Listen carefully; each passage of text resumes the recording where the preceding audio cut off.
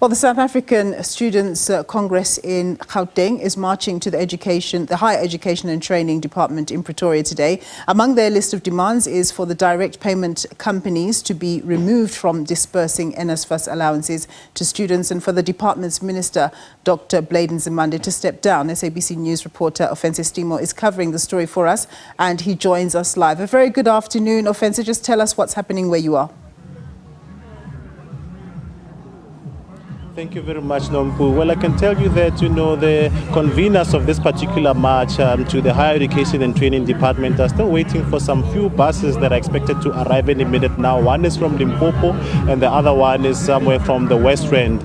But if I can revert back to what actually brought us here was that in 2023, the direct payment companies, 4 of them from FinTech, were actually appointed to actually disburse about 47 billion rand to all the NSFAS beneficiaries in higher education institutions all over the country, which are 26 of them, I believe.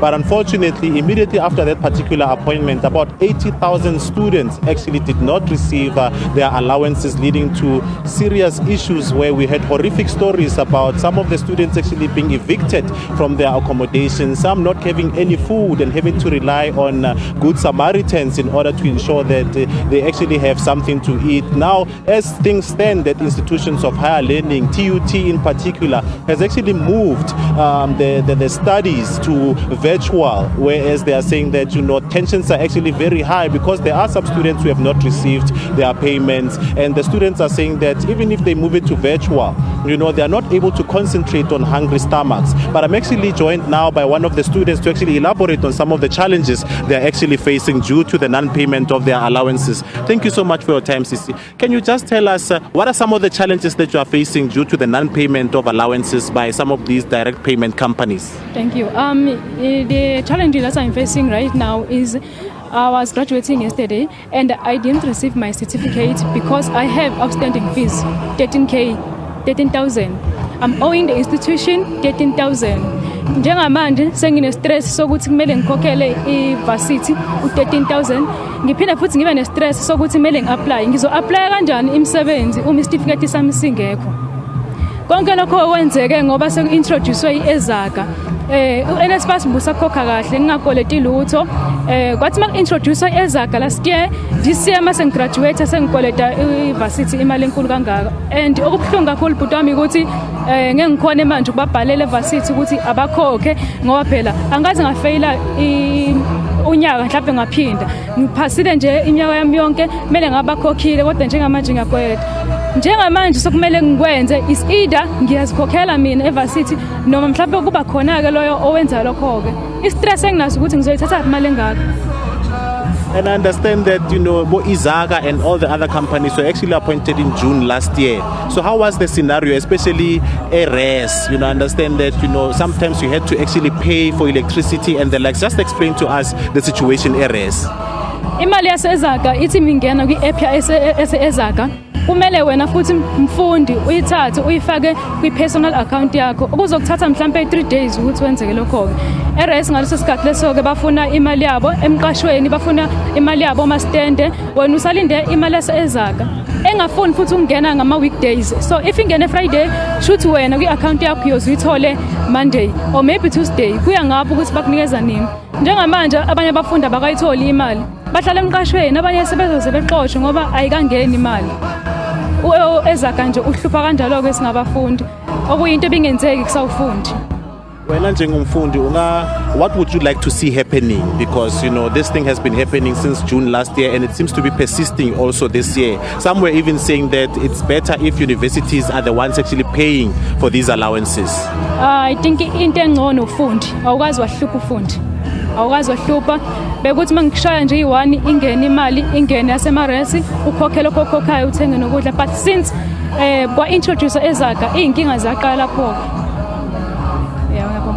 So manje, if you were minister ulalele manje, what exactly would you tell the minister, because he since disbanded he dissolved rather the board NSFAS? I think uminister into engcono ngamela yenze is to terminate contract ye-Ezaka. nayo into engcono abafundi abangayijabulela is to terminate i-contract ye-izaga ebuyisa ufundi, or else imali vele ingene straight kuma-varsity ize kubafundi, ingalokhu iya kwamanye amabhenki njengo-izaga esingabazi sibazela sitye. Okwesinye isikhathi kwenzeka izaga uphinde ubhalele WhatsApp uphendule kodwa still imali ayithola. So I think uMinister into engcono is to terminate i-contract izaga. Yes. And the fact that they are withholding your certificate, I believe it's a national diploma. How does it affect you? Because maybe the family is looking up to you. Once you get a job, you'll be supporting them back home. Yo man, yabona kumanje kumele ngabe ngi-apply imisebenzi ifuna ukuthi u-apply nge-certificate asikho. Kumele ngiqale ngikhiphe u-13,000 mina khona ngizothola isitifiketi bese futhi ngiphila ngibhekana nemisebenzi. So i-stress enginaso nesitifiketi ukuthi angeke ngikhona ukuthola umsebenzi singekho isitifiketi. Thank you very much.